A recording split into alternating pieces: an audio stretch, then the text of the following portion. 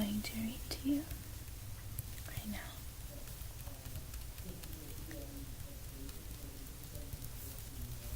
So I hope you are comfortable.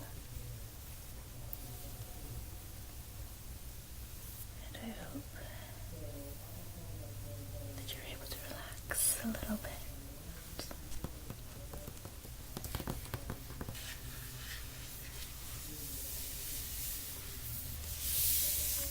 We're going to be continuing in our Wizard of Oz. Today we are going to read chapters 5 and 6, okay? Chapter 5, The Rescue of the Tin Woodman. When Dorothy awoke, the sun was shining through the trees, and Toto had long been out chasing birds and squirrels. She sat up and looked around her. There was the Scarecrow, still standing patiently in his corner, waiting for her. "We must go and search for water," she said to him. "Why do you want water?" he asked. "To wash my face clean after the dust of the road, and to drink, so the dry bread will not stick to my throat." "It must be inconvenient to be made of flesh," said the Scarecrow thoughtfully, "for you must sleep and eat and drink. However, you have brains, and it is worth a lot of bother to be able to think properly." They left the cottage and walked through the trees until they found a little spring of clear water, where Dorothy drank and bathed and ate her breakfast. She saw there was not much bread left in the basket, and the girl was thankful the Scarecrow did not have to eat anything, for there was scarcely enough for herself and Toto for the day. When she had finished her meal and was about to go back to the road of the yellow brick, she was startled to hear a deep groan nearby. "What was that?" she asked timidly. "I cannot imagine," replied the Scarecrow, "but we can go and see." Just then another groan reached their ears, and the sound seemed to come from behind them. They turned and walked through the forest a few steps, when Dorothy discovered something shining in a ray of sunshine that fell between the trees. She ran to the place and then stopped short with a cry of surprise. One of the big trees had been partly chopped through, and standing beside it with an uplifted axe in his hands was a man made entirely of tin. His head and arms and legs were jointed upon his body, but he stood perfectly motionless, as if he could not stir at all. Dorothy looked at him in amazement, and so did the Scarecrow, while Toto barked sharply and made a snap at the tin legs, which hurt his teeth. "Did you groan?" asked Dorothy. "Yes," answered the Tin Man, "I did. I've been groaning for more than a year, and no one has ever heard me before or come to help me." "What can I do for you?" she inquired softly, for she was moved by the sad voice in which the man spoke. "Get an oil can and oil my joints," he answered. "They are rusted so badly that I cannot move them at all.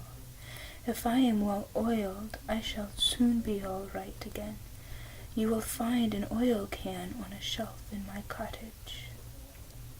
Dorothy at once ran back to the cottage and found the oil can, and then she returned and asked anxiously, "Where are your joints?" "Oil my neck first," replied the Tin Woodman. So she oiled it, and it was quite badly rusted. The Scarecrow took hold of the tin head and moved it gently from side to side until it worked freely, and then the man could turn it himself. "Now oil the joints in my arms," he said, and Dorothy oiled them, and the Scarecrow bent them carefully until they were quite free from rust and as good as new. The Tin Woodman gave a sigh of satisfaction and lowered his axe, which he leaned against the tree. "This is a great comfort," he said. "I have been holding that axe in the air ever since I rested, and I'm glad to be able to put it down at last. Now, if you'll oil the joints of my legs, I shall be all right once more." So they oiled his legs until he could move them freely, and he thanked them again and again for his release, for he seemed a very polite creature and very grateful. "I might have stood there always if you had not come along," he said, "so you have certainly saved my life. How did you happen to be here?" "We were on our way to the Emerald City to see the Great Oz," she answered, "and we stopped at your cottage to pass the night." "Why do you wish to see Oz?" he asked. I want him to send me back to Kansas, and the Scarecrow wants him to put a few brains into his head," she replied. The Tin Woodman appeared to think deeply for a moment. Then he said, "Do you suppose Oz could give me a heart?" "Why, I guess so," Dorothy answered. "It would be as easy as to give the Scarecrow brains." "True," said the Tin Woodman. "So if you will allow me to join your party, I will also go to the Emerald City and ask Oz to help me." "Come along," said the Scarecrow heartily, and Dorothy added that she would be pleased to have his company. So the Tin Woodman shouldered his axe, and they all passed through the forest until they came to the road that was paved with yellow brick. The Tin Woodman had asked Dorothy to put the oil can in her basket.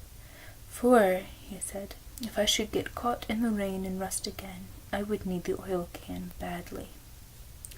It was a bit of good luck to have their new comrade join the party, for soon after they had begun their journey again, they came to a place where the trees and branches grew so thick over the road that the travelers could not pass. But the Tin Woodman set to work with his axe and chopped so well that soon he cleared a passage for the entire party. Dorothy was thinking so earnestly as they walked along that she did not notice when the Scarecrow stumbled into a hole and rolled over to the side of the road. Indeed, he was obliged to call to her to help him up again. "Why didn't you walk around the hole?" asked the Tin Woodman. "I don't know enough," replied the Scarecrow cheerfully. "My head is stuffed with straw, you know, and that is why I am going to Oz to ask him for some brains." "I see," said the Tin Woodman. "But, after all, brains are not the best things in the world." "Have you any?" inquired the Scarecrow. "No, my head is quite empty," answered the Woodman, "but once I had brains and a heart also, so having tried them both, I should much rather have a heart." "And why is that?" asked the Scarecrow. "I will tell you my story, and then you will know." So, while they were walking through the forest, the Tin Woodman told the following story. "I was born the son of a woodman who chopped down trees in the forest and sold the wood for a living. When I grew up, I too became a wood chopper, and after my father died, I took care of my old mother as long as she lived. Then I made up my mind that instead of living alone, I would marry, so that I might not become lonely. There was one of the Munchkin girls who was so beautiful that I should grow to love her with all my heart. She, on her part, promised to marry me as soon as I could earn enough money to build a better house for her, so I set to work harder than ever. But the girl lived with an old woman who did not want her to marry anyone, for she was so lazy she wished the girl to remain with her and do the cooking and the housework. But the old woman went to the Wicked Witch of the East and promised her 2 sheep and a cow if she would prevent the marriage. Thereupon the Wicked Witch enchanted my axe, and when I was chopping away at my best one day, for I was anxious to get to the new house and my wife as soon as possible, the axe slipped all at once and cut off my left leg. This at first seemed a great misfortune, for I knew a one-legged man who could not do very well as a wood chopper. So I went to a tinsmith and had to make a new leg out of tin. The leg worked very well once I was used to it, but my action angered the Wicked Witch of the East, for she had promised the old woman I should not marry the pretty Munchkin girl. When I began chopping again, my axe slipped and cut off my right leg. Again I went to the tinner, and again he made me a leg out of tin. After this, the enchanted axe cut off my arms, one after the other, but nothing daunted, I had them replaced with tin ones. The Wicked Witch then made the axe slip and cut off my head, and at first I thought that was the end of me. But the tinner happened to come along, and he made me a new head out of tin. I thought I had beaten the Wicked Witch then, and I worked harder than ever, but I little knew how cruel my enemy could be. She thought of a new way to kill my love for the beautiful Munchkin maiden, and made my axe slip again so that it cut right through my body, splitting me into 2 halves. Once more the tinner came to help me and made my body of tin, fastening my tin arms and legs and head to it by means of joints, so that I could move around as well as ever. But alas, I had now no heart, so that I lost all my love for the Munchkin girl, and did not care whether I married her or not. I suppose she is still living with the old woman, waiting for me to come after her. My body shone so brightly in the sun that I felt very proud of it, and it did not matter now if my axe slipped, for it could not cut me. There was only one danger, that my joints would rust, but I kept an oil can in my cottage and took care to oil myself whenever I needed it. However, there came a day when I forgot to do this, and, being caught in a rainstorm before I thought of the danger of my joints had rusted, and I was left to stand in the woods until you came to help me. It was a terrible thing to undergo, but during the year I stood there I had time to think that the greatest loss I had known was the loss of my heart. While I was in love, I was the happiest man on earth. But no one can love who has not a heart, and so I am resolved to ask Oz to give me one. If he does, I will go back to the Munchkin Maiden and marry her. Both Dorothy and the Scarecrow had been greatly interested in the story of the Tin Woodman, and now they knew why he was so anxious to get a new heart. "All the same," said the Scarecrow, "I shall ask for brains instead of a heart, for a fool would not know what to do with the heart if he had one."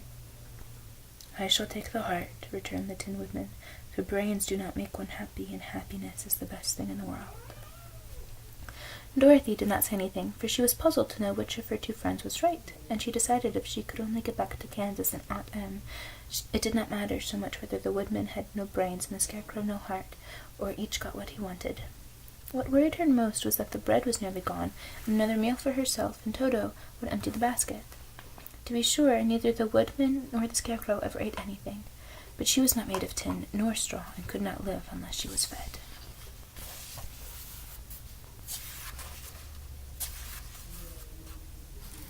Chapter 6. The Cowardly Lion. All this time, Dorothy and her companions had been walking through the thick woods. The road was still paved with yellow brick, but these were much covered by dried branches and dead leaves from the trees, and the walking was not at all good. There were few birds in this part of the forest, for birds love the open country where there is plenty of sunshine, but now and then there came a deep growl from some wild animal hidden among the trees. These sounds made the little girl's heart beat fast, for she did not know what made them, but Toto knew, and he walked close to Dorothy's side and did not even bark in return. "How long will it be," the child asked of the Tin Woodman, "before we are out of the forest?" "I cannot tell," was the answer, "for I have never been to the Emerald City, but my father went there once when I was a boy, and he said it was a long journey through a dangerous country. Although nearer to the city where Oz dwells, the country is beautiful. But I am not afraid so long as I have my oil can, and nothing can hurt the Scarecrow while you bear upon your forehead the mark of the witch's kiss, and that will protect you from harm." "But Toto," said the girl anxiously, "what will protect him?" "We must protect him ourselves if he is in danger," replied the Tin Woodman. Just as he spoke, there came from the forest a terrible roar, and the next moment a great lion bounded into the road. With one blow of his paw he sent the Scarecrow spinning over and over to the edge of the road, and then he struck at the Tin Woodman with his sharp claws. But, to the lion's surprise, he could make no impression on the tin, although the Woodman fell over in the road and lay still. Little Toto, now that he had an enemy to face, ran barking toward the lion, and the great beast had opened his mouth to bite the dog. Dorothy, fearing Toto would be killed, and heedless of danger, rushed forward and slapped the lion upon his nose as hard as he could, while she cried, "Don't you dare bite Toto! You ought to be ashamed of yourself, you big beast, to bite a poor little dog." "I didn't bite him," said the lion as he rubbed his nose with his paw where Dorothy had hit it. "No, but you tried," she retorted. "You are nothing but a big coward." "I know it," said the lion, hanging his head in shame. "I've always known it, but how can I help it?" "I don't know, I'm sure. To think of you striking a stuffed man like a poor Scarecrow." "Is he stuffed?" asked the lion in surprise, as he watched her pick up the Scarecrow and set him upon his feet, while she patted him into shape again. "Of course he's stuffed," replied Dorothy, who was still angry. "That's why he went over so easily," remarked the lion. "It astonished me to see him whirl around so. Is the other one stuffed also?" "No," said Dorothy. "He's made of tin." And she helped the Woodman up again. "That's why he nearly blunted my claws," said the lion. "When they scratched against the tin, it made a cold shiver run down my back. What is that little animal you are so tender of?" "He is my dog, Toto," answered Dorothy. "Is he made of tin or stuffed?" asked the lion. "Neither. He's a meat dog," said the girl. "Oh," He's a curious animal, and seems remarkably small, now that I look at him. No one would think of biting such a little thing except a coward like me," continued the lion sadly. "What makes you a coward?" asked Dorothy, looking at the great beast in wonder, for he was as big as a small horse.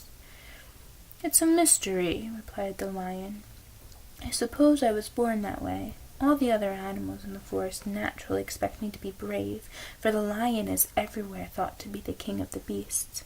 I learned that if I roared very loudly, every living thing was frightened and got out of my way.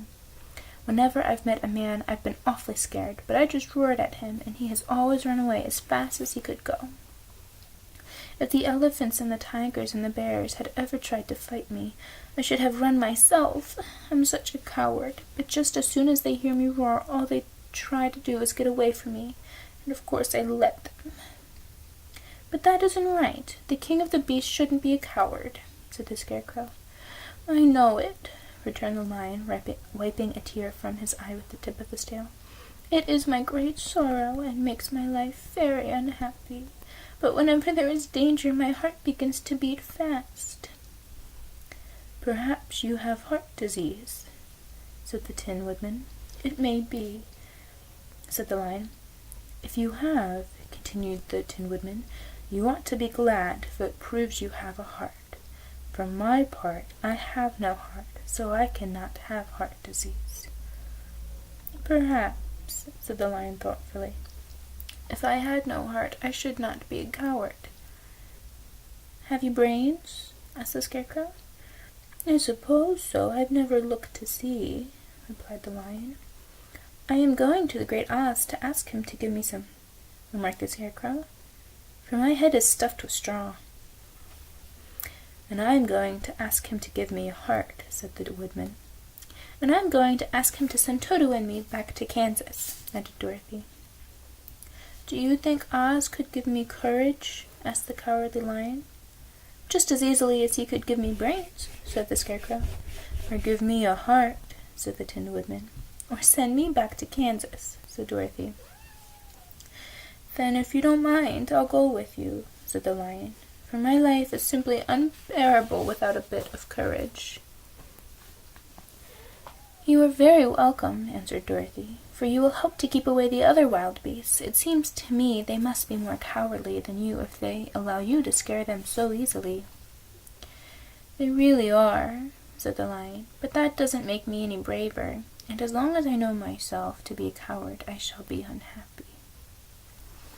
So once more the little company set off upon the journey, the lion walking with stately strides at Dorothy's side. Toto did not approve this new comrade at first, for he could not forget how nearly he had been crushed between the lion's great jaws. But after a time he became more at ease, and presently Toto and the Cowardly Lion had grown to be good friends. During the rest of that day there were no more adventures to mar the peace of their journey.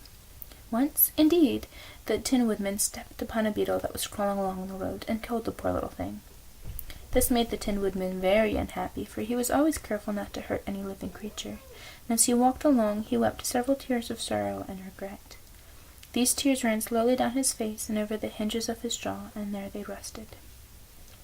When Dorothy presently asked him a question, the Tin Woodman could not open his mouth, for his jaws were tightly rusted together. He became greatly frightened at this, and made many motions to Dorothy to relieve him, but she could not understand. The lion was also puzzled to know what was wrong, but the Scarecrow seized the oil can from Dorothy's basket and oiled the Woodman's jaws, so that after a few moments he could talk as well as before. "This will serve me a lesson," he said, "to look where I step, for if I should kill another bug or beetle I should surely cry again, and crying rusts my jaw so that I cannot speak." Thereafter he walked very carefully, with his eyes on the road, and when he saw a tiny ant toiling by he would step over it, so as not to harm it. The Tin Woodman knew very well he had no heart, and therefore he took great care never to be cruel or unkind to anything. "You people with hearts," he said, "have something to guide you and need never do wrong, but I have no heart, and so I must be very careful. When Oz gives me a heart, of course, I needn't mind so much." Those are the end of our chapters for the day. I hope let that help to relax you and give you a little break, a little stress reliever.